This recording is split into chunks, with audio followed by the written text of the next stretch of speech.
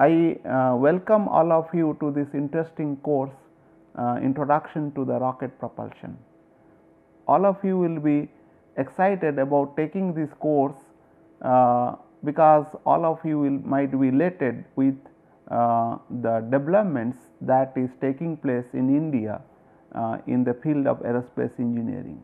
We are doing extremely well in the aerospace engineering and emerging as the forerunners in the aerospace technology, particularly the space technology, and in which rocket engine plays a very important role. And some of you might be really excited about this field because of fact that during your childhood, even now also, whenever you look at star studded sky, you might be humming a poem, twinkle twinkle little star, how I wonder what you are, and you will be experience the ecstasy in whenever you look at the celestial objects, the moon or the star. Of course, the star and celestial objects you can see in a telescope, and always sometimes you might be really feeling that you can go to that place, and plethora of literature have been created across the globe on looking at the sky and the celestial objects. Unfortunately, you cannot really go beyond the 25 kilometers with the aircraft or the air breathing engines. You will have to go for non-air breathing engines.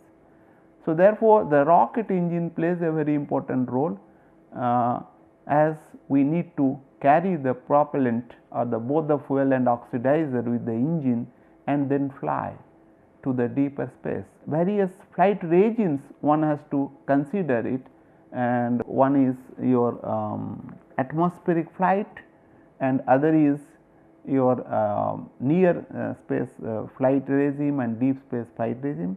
Atmospheric flight regimes one can consider basically the rocket engine, the missile, and then also the sounding rocket engine for weather forecasting and weather studies. And for placing the satellite or other space labs, one has to go for a near space regimes, and of course deep space you will have to go for Mars mission, moon missions, kind of things. And I hope and wish that all of you will be enjoying this course. In this course, I will be giving a very brief introduction about why we should study these rocket engines or the rocket propulsion. Then I will be discussing about types of rocket engines and application of rocket engines.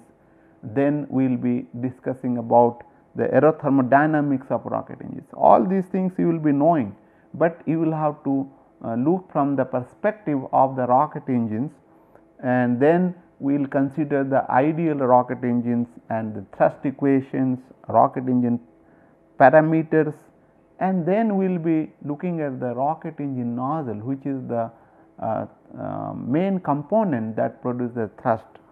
Later on, we will be briefly touching about the space flight performance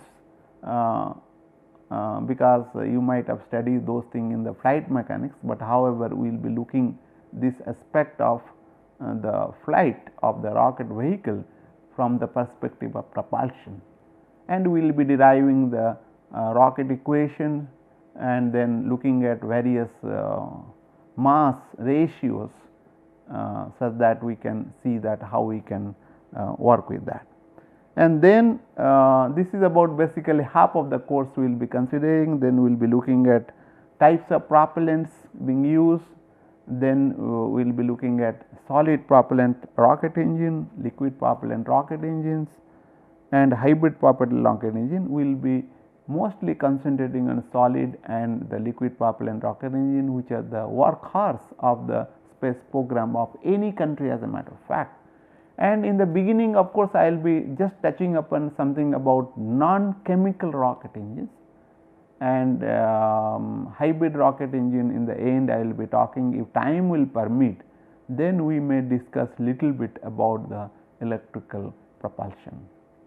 But however, this course will be mostly the chemical rocket propulsion things, and I hope and wish that all of you will be enjoying this course. Thank you very much.